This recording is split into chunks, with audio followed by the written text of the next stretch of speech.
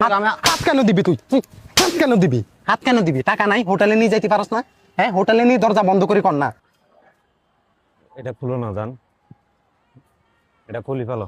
এই ভাইয়া, এখান থেকে উঠে যান, এখান থেকে উঠে যান। কে আপনি? হ্যাঁ, কে আপনি? এখান থেকে উঠে যান। আপনি এগুলো কি করতেছেন এখানে? উঠবো মানে কে আপনি? করছি আপনার দেখার।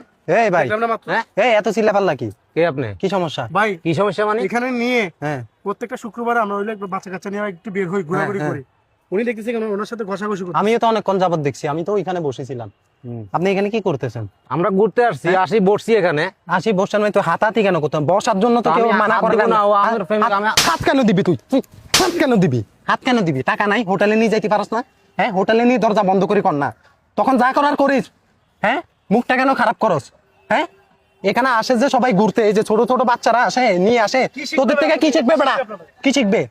হ্যাঁ, কি শিখবে? তাদেরকে তোরা কি শিক্ষা দিচ্ছস? এই আপনার কি লাজ শরম নাই? আপনি তো মহিলা মানুষ। হ্যাঁ, আপনি কিভাবে করেন? হ্যাঁ, মহিলাদের ভিতরে তো লাজ শরম থাকা উচিত, আপনার ভিতরে লাজ শরমও নাই। কারণ কি? হ্যাঁ, আপনাদের জন্য সমাজ ধ্বংস হয়ে যাচ্ছে। আপনাদের জন্য আমাদের মা বোনরা কি শিখবে?